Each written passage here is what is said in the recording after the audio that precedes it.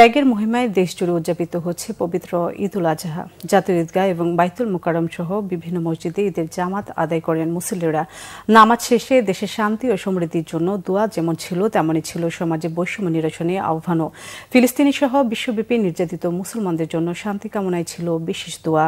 শুভ মাহফুজকে সাথে নিয়ে ঈদ জামাতের খবর জানাচ্ছেন সহকর্মী মামুন আবদুল্লাহ।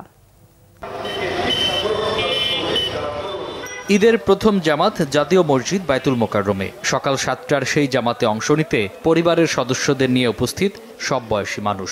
এ মসজিদেই দ্বিতীয় জামাত হয় সকাল ৮টায়, এরপর ৯টা, ১০টা এবং পৌনে ১১টায় ঈদ জামাত হয় জাতীয় মসজিদে।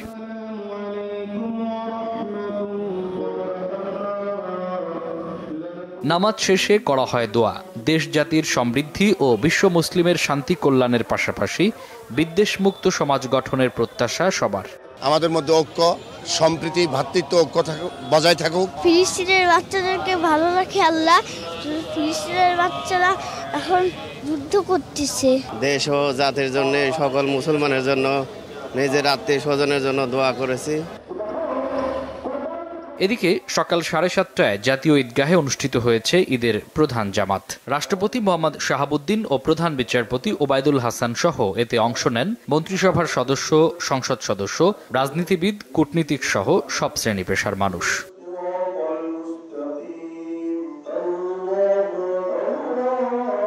নামাজ শেষে দেশ ও জাতির কল্যাণ কামনার পাশাপাশি মুসলিম উম্মার শান্তি ও মঙ্গল কামনায় দোয়া করা হয়।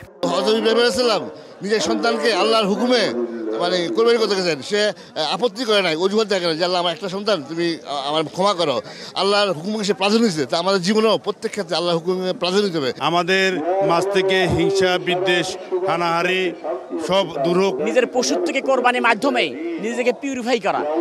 আল্লাহ রক্তও চানা, মাংসও চানা, আল্লাহ খোদাবিতি। বাবার সাথে এসেছি, মার সাথে এসেছি, দাদুর সাথে এসেছি ঈদের নামাজ পড়তে। ত্যাগটা শুধু কোরবানি না, এটা আমাদের ভিতরে যে অহংকার, ভিতরে যে খারাপ কাজগুলোকে সেগুলো ত্যাগ করতে হবে। ঈদ মোবারক সবাইকে। কোরবানি ঈদে রোজার ঈদের থেকে মানুষ কম হয়, তাই জন্য একটু কমফোর্টেবল ছিল। ঈদের জামাতকে কেন্দ্র করে পর্যাপ্ত নিরাপত্তার ব্যবস্থা ছিল জাতীয় ঈদগাহ ময়দানে। একটি বছর পরে আবারও ত্যাগের মহিমায় উদ্ভাসিত মুসলিম উম্মাহ। তাই তো ঈদের নামাজ শেষে মহান রবের সন্তুষ্টি লাভের আশায় কোরবানির শিক্ষা নিয়ে ফিরছেন তারা। সমাজে বৈষম্য দূর করে পবিত্র ঈদুল আজহা বয়ে আনবে অনাবিল শান্তি, এমনটাই প্রত্যাশা তাদের। মামুন আবদুল্লাহ, বাংলা ভিশন, ঢাকা।